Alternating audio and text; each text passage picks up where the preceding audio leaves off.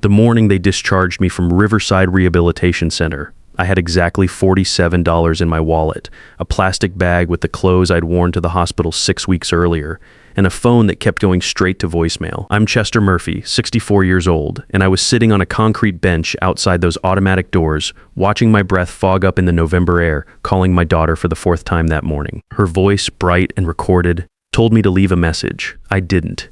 What was I supposed to say? Hi, honey, your old man's ready to come home from stroke recovery, and your husband said you're too busy to pick me up. So there I sat, watching a sparrow pick at something in the sidewalk crack, thinking how that little bird didn't need anyone to drive it anywhere. My name's Chester, and before the stroke knocked me sideways, I spent 35 years running quality control at the Ford plant in Memphis. Started there when I was 29, worked my way up from the floor. I know how things are supposed to work, and this wasn't it. My son-in-law Dale picked up on the second ring when I called their house. She's busy, he said before I could even speak. I need a ride home, Dale. They're discharging me today. I told Brenda it was Tuesday. There was this pause where I could hear a TV in the background, some show with a laugh track. We've got a lot going on right now, Chester. You should call a cab. Then he hung up, just like that. I held that phone in my lap and looked at the $47 again, as if the number might have magically changed. The nearest cab company charged a $25 minimum, and I lived 38 miles from that rehabilitation center. Even if they charged the minimum, which they wouldn't for that distance, I was looking at $60, maybe $70. I'd been doing the math since Monday when Brenda left me a short message saying they'd figure something out, then nothing. Now I'm not a man who gets emotional easy. Growing up in rural Tennessee, my father considered crying a form of complaint, and I carried that with me through 35 years of factory work, through raising a daughter, through losing my wife, Joyce, 11 years ago to cancer. But sitting on that bench in clothes that hung loose because I'd lost 22 pounds in the hospital, I came pretty close to breaking down. The automatic doors whooshed open behind me, and this man in a gray wool coat came out and sat down on the other end of the bench. He was looking at his phone, not paying me any attention. I was trying to decide if I should go back inside and ask the front desk about some kind of assistance program when he spoke up. "Excuse me," he said. "Is your name Chester? Chester Murphy?" I looked over. He was younger than me, maybe late 40s, with one of those careful haircuts that cost more than my weekly grocery budget used to. His hands were shaking slightly, the way they do when someone's trying real hard to stay composed. "It is," I said. He stood up from the bench. "You probably don't remember me. I'm Wayne Foster. About 28 years ago, you let me sleep on your couch for 3 weeks and gave me $200 when I had nothing." I stared at him. Slowly, it came back to me, like remembering a song you haven't heard in decades. A young man at my door on Elm Street, winter of 1996.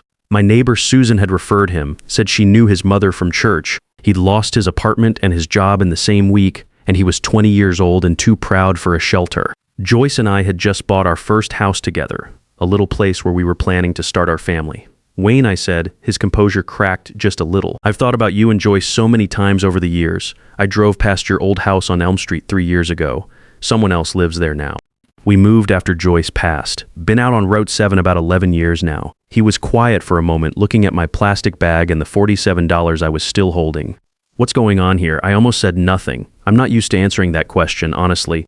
But there was something about sitting on that concrete in oversized clothes with 220s and some change that had used up all the space where my pride usually lived. So I told him about the stroke, waking up on my kitchen floor not knowing how long I'd been there. Could have been 10 minutes, could have been 2 hours. The ambulance, the emergency room, the surgery to remove the clot. Then 6 weeks at Riverside learning to walk straight and speak without slurring my words, followed by 2 weeks of outpatient therapy. I told him about Brenda, how she'd been attentive at first when the doctors were talking about brain damage and long-term care. She'd organized things, made decisions, filled out insurance paperwork.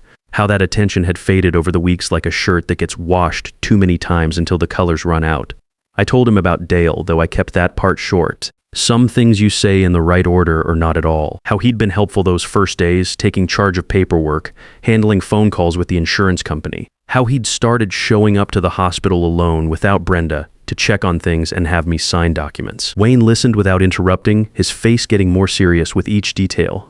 When I finished, he asked, "Do you have somewhere to go tonight?" "My house. I just need to get there. I'll drive you. You don't have to do that, Wayne." He said my name the way my wife Joyce used to when I was being unnecessarily stubborn about accepting help. "Please let me drive you, Chester." He had one of those cars that runs so quiet you forget you're moving. A newer model sedan, probably cost more than I made in 6 months back when I was working. I looked out at the Tennessee hills doing that thing they do in November when the leaves are gone and the ridge lines look like sleeping animals against the gray sky. Joyce and I had moved out here from Memphis when Brenda was 7 because we wanted her to grow up with space to run around, away from the factory smoke and city noise. "What do you do now?" I asked Wayne, realizing I'd talked for 20 minutes without asking him anything.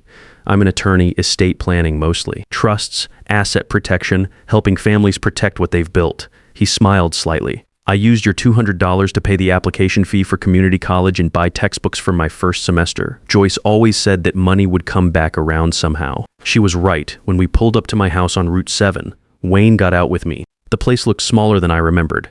Maybe because I'd been away for 8 weeks total, or maybe because I was seeing it through the eyes of someone who'd just spent 2 months learning to walk and talk properly again. Wayne walked up the porch steps and waited while I found my key, my left hand still fumbling with things it used to handle without thinking. When I pushed the door open, the smell hit me wrong. Closed up, stale, with a layer of dust on everything. The house had been completely shut up since before my stroke. I'd asked Brenda to check on the place, asked 3 times during my first month at Riverside. Clearly, that hadn't happened. There was mail on the floor under the slot, 8 weeks worth of it. Bills, advertisements, catalogs, everything just piled up like fallen leaves. Wayne helped me pick it up without being asked, and we stood in my front hallway sorting through it. Bills that were probably overdue, insurance paperwork, the usual junk. That's when Wayne found the envelope. It was from a law office in Nashville. I'd never heard of Hartman and Associates. Thick paper, official letterhead. The letter inside was 3 paragraphs of careful legal language, but it boiled down to this. My house was being assessed as a potential asset for placement consideration, and my daughter Brenda, acting as my designated healthcare proxy, had initiated a preliminary inquiry into guardianship options and long-term care facility placement. I read it twice, then handed it to Wayne. He read it once, and something shifted in his stillness. The way he held his shoulders changed, like a man getting ready for a fight. "Chester, when did Brenda get designated as your healthcare proxy?" "I signed papers at the hospital. First week after the stroke. They said it was standard procedure, that I needed someone who could make medical decisions if I couldn't." "And did you sign anything else? Power of attorney documents?" I thought about those early days after the stroke when my thinking was slow and cloudy, when words kept sliding past me and I had to ask nurses to repeat themselves. Dale had been there in the room, helpful and efficient, handing me papers to sign while Brenda stood by the window looking at her phone. There had been a lot of paperwork. Wayne was watching my face. "I don't know exactly what I signed," I said. My head wasn't right those first 2 weeks. Dale said he was helping organize my affairs so Brenda wouldn't have to worry about it. Wayne folded the letter carefully and put it in his coat pocket. "Chester, I need you to trust me. Can you do that?" I looked at this man who'd slept on my pull-out couch in 1996, who'd eaten Joyce's scrambled eggs every morning for 3 weeks, who was standing in my hallway with my possibly stolen future folded in his pocket. "Yes," I said. What I didn't know yet, what Wayne would lay out for me 2 days later across my kitchen table with a yellow legal pad and strong coffee, was how long this had been in the making. Dale had been patient about it, not because he was kind, but because he was waiting for the right conditions. He'd married my daughter 11 years ago, right around the time Joyce was getting sicker. Dale worked in real estate development, had his finger on property values throughout the county. He always knew what things were worth, always talked about market trends and investment opportunities at family dinners. I'd never fully trusted him, but I kept that feeling locked away in the same place I kept most of my uncomfortable thoughts. My house on Route 7 sat on 6 acres of what used to be farmland. I'd bought it from a retired tobacco farmer for $180,000 when Joyce and I moved out here 11 years ago. Recent county assessments put it at $430,000. The land was worth even more to developers because it sat right on the edge of what was becoming Nashville's outer suburban ring. I hadn't been paying attention to property values. I'd been living in my house, growing tomatoes in Joyce's garden, watching Tennessee football on Friday nights, visiting her grave at Mount Olive Cemetery every Sunday after church. Dale had been paying attention to everything else. Wayne started coming by the house daily after that first day. He'd drive up from Nashville in the evenings, usually around 6, always with a briefcase and a legal pad. We'd sit at my kitchen table, and he'd explain what he'd found in the documents he'd requested from the hospital, from the county clerk's office, from Dale's real estate firm. The durable power of attorney I'd signed was broad in scope, giving Dale significant authority over my financial decisions. It wasn't ironclad, Wayne said, but it was signed in my handwriting during a period when my cognitive function was clearly impaired. There are grounds to contest it, Wayne explained, spreading the documents across my kitchen table, especially given your medical state when it was signed and the fact that there was no independent witness who wasn't connected to your family. I sat there with my coffee going cold in front of me, looking at my own signature on papers I barely remembered signing. my handwriting but shakier than usual. The date was 3 days after my stroke, when I was still asking the nurses to repeat themselves because words kept sliding past me like water. "Does Brenda know what this means?" I asked. Wayne was quiet for a moment, choosing his words carefully. "I think some people who love someone complicated know less than they think they know. I'd watched Brenda love Dale for 11 years. Watched her become someone who checked with him before agreeing to things, who apologized for opinions she hadn't fully expressed yet. She used to call me every Sunday evening just to talk. That had stopped about 3 years ago. Now she called maybe once a month, and Dale was always in the background, making comments I could hear through the phone. Brenda called that afternoon while Wayne was still at the kitchen table, going through a stack of financial documents he'd somehow obtained from the county clerk's office. "How are you managing, Dad? Do you need anything? I'm doing fine. I have some help." "What kind of help?" "An old friend, an attorney. He's helping me review some paperwork." The silence on the other end had a specific quality to it. The silence of someone realizing a situation they thought they controlled had developed an element they didn't plan for. "Dad, you don't need an attorney. You just need to focus on getting your strength back." "I'm focused on my recovery. This is part of it," she asked, if she could come over the next day. I said yes because she was my daughter and I'd been saying yes to her for 36 years, even when my gut told me otherwise. She came alone. I noticed that immediately, no Dale, which meant she'd either chosen to come without him or he'd decided not to show up. She looked thinner than the last time I'd seen her, which was 3 weeks into my rehab stay for a visit that lasted exactly 45 minutes. She looked tired, like someone who hadn't been sleeping well for months. Wayne made himself scarce when she arrived, took his laptop and papers to the back porch. He said he had calls to make, which was probably true, but I think he also understood that some conversations a father needs to have with his daughter without a witness. We sat at the kitchen table where Joyce used to serve Sunday dinner for 10 years before she got too sick to cook. I put coffee in front of Brenda because that's what you do. It's what my mother did, and her mother before her. You put coffee in front of people as a way of saying you see them and you're not going anywhere, no matter what needs to be said. She wrapped her hands around the mug and started talking. It came out in pieces, overlapping, sometimes going back to clarify something she'd said 5 minutes earlier. She talked about the fear after my stroke, how everything had happened so fast. The ambulance, the emergency room, doctors using words like massive and potential brain damage. She talked about Dale stepping in, handling the insurance paperwork, dealing with the hospital administrators. How it had been a relief in those first days to have someone who knew what to do with forms and phone calls and medical billing. She hadn't read everything she signed, she said. She'd trusted Dale to read it and explain what was necessary. She hadn't understood what the power of attorney meant. Thought it was just so he could handle insurance claims while she was at work. She hadn't known about the letter from the Nashville law office until I told her about it on the phone. I watched her face as she said these things. I've known that face since it was red and crumpled and furious as a newborn baby. I know when she's lying and when she's not.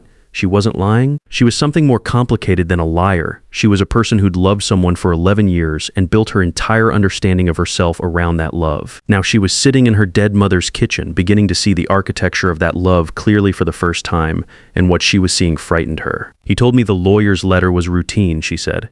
He said every family with an elderly parent in a medical situation needs to consider long-term care options. I'm 64 years old, Brenda. I had a stroke. I'm not incompetent. She flinched. Not at the word incompetent, but at the recognition behind it. I know, Dad. Something shifted in her face then, and for just a moment she almost smiled. And in that almost smile, I saw the girl who used to ride on my shoulders at the county fair and argue with me about whether the Titans were ever going to win another playoff game. I know, she said again, softer this time. Wayne came back inside after another hour.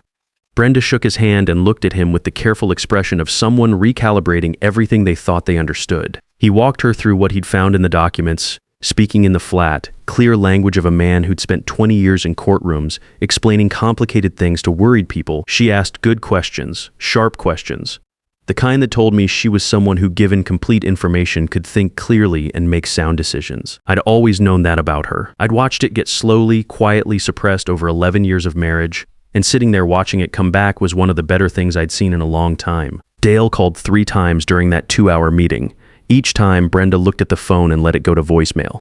What followed wasn't one dramatic moment like you see in movies. It was smaller things accumulating like snow, imperceptible at first, then undeniable. Wayne filed papers to contest the power of attorney on the grounds of cognitive impairment, its signing and undue influence. He worked with a paralegal named Karen Thompson, a sharp woman in her 50s who specialized in elder abuse cases. During the legal discovery process, Wayne found other things. A second mortgage inquiry had been made on my property without my knowledge, using the power of attorney Dale had obtained. The inquiry was dated just 2 weeks after I'd signed the documents in the hospital. A title company Dale had used for previous transactions was facing licensing complaints in Davidson County for irregular documentation practices. The Nashville law office that had sent me the letter wasn't an elder law firm at all. Hartman and Associates handled property transfers and real estate development. They'd processed 2 previous transactions for Dale in recent years, including a property he'd flipped after obtaining power of attorney from another elderly client's family. None of this was hidden exactly. It was perfectly visible to someone who knew where to look and perfectly invisible to someone who trusted the person standing between them and the paperwork. Brenda moved into my guest room 2 weeks after that kitchen table meeting. She said it was temporary while she figured things out. I made up the room with fresh sheets that had been Joyce's, the good ones she'd saved for company. Fresh sheets in a clean room, saying without words that you're welcome here and you're safe. Dale called me directly once during this period. The call lasted 4 minutes. He was measured at first using his real estate voice. Then he got less careful. He said I was being ungrateful, which I found interesting given the actual direction of what had happened. He said I'd turned my daughter against him. Wayne Foster drove 38 miles to pick me up from a rehab center because 28 years ago, I let him sleep on my couch for 3 weeks, I told him. Make of that what you will. He hung up. Wayne and I fell into a routine during those weeks. He'd drive up from Nashville on weekends, usually with takeout barbecue. We'd watch Tennessee football with the volume up too loud because we're both hard of hearing in exactly the same frequency range, which we discovered and found unreasonably funny. He was careful with Brenda during those weekends, respectful. The way you're careful with someone who's healing from something that goes deeper than what shows on the surface. She was doing the slow work of separating what she actually believed from what she'd been taught to believe over 11 years. One Saturday evening in December, the 3 of us were at the kitchen table after dinner, and Brenda looked at Wayne and said, "Why are you doing all of this? You don't owe my father anything." Wayne thought about it for a moment. In 1996, I was 20 years old, and I'd just lost my apartment and my job in the same week. It was January. I had $30 in a duffel bag. Susan Miller told me there was a man on Elm Street who might be able to help. He paused. "I knocked on your father's door, expecting maybe a phone number for a shelter. He opened the door, took one look at me, standing there in the cold, and said, 'Come inside.' Your mother had the couch made up before I could explain what had happened." Brenda looked at me with an expression I hadn't seen since she was small. "He didn't ask what I'd done wrong to end up there," Wayne continued. "Didn't make me prove I deserved help. He just said, 'You can stay until you get back on your feet,' and went back to watching TV. Like it was the most unremarkable thing in the world. So no, I don't owe your father anything," Wayne said. "But I choose to be here. There's a difference." The legal matter was resolved in February. The power of attorney was successfully contested. The assessment inquiry into my property went nowhere without legal authority to support it. Dale retained his own attorney, formal letters were exchanged, then silence that settled into something permanent. Brenda filed for divorce in March. I didn't celebrate this. There's nothing to celebrate in the unwinding of 11 years of someone's life.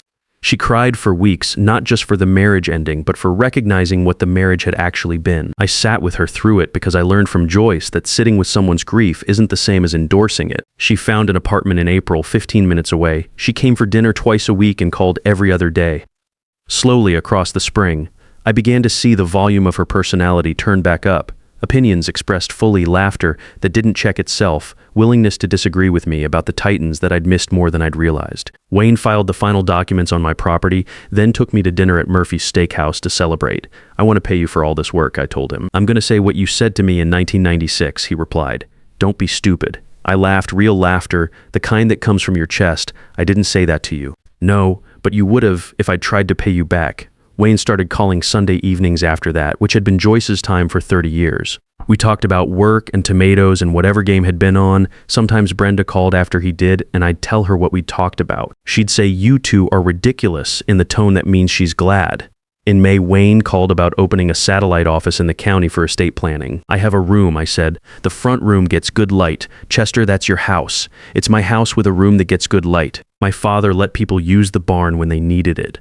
A room's less than a barn. By summer, there was a modest sign at the end of my driveway. Twice a week, older couples came through my front gate, some in good clothes, some in work clothes, sometimes younger people who looked worried about protecting what they'd built or inherited. I don't tell this story to make myself into something I'm not. In 1996, I had a couch, and Joyce had extra sheets, and a young man was cold.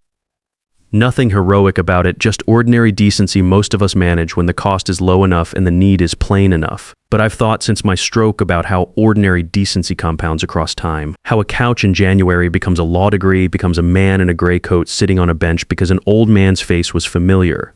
Joyce believed kindness was a form of faith that doing right in the small moment matters, even when you can't see how. The point isn't to get it back, she told me once. The point is to be the kind of person who gives it.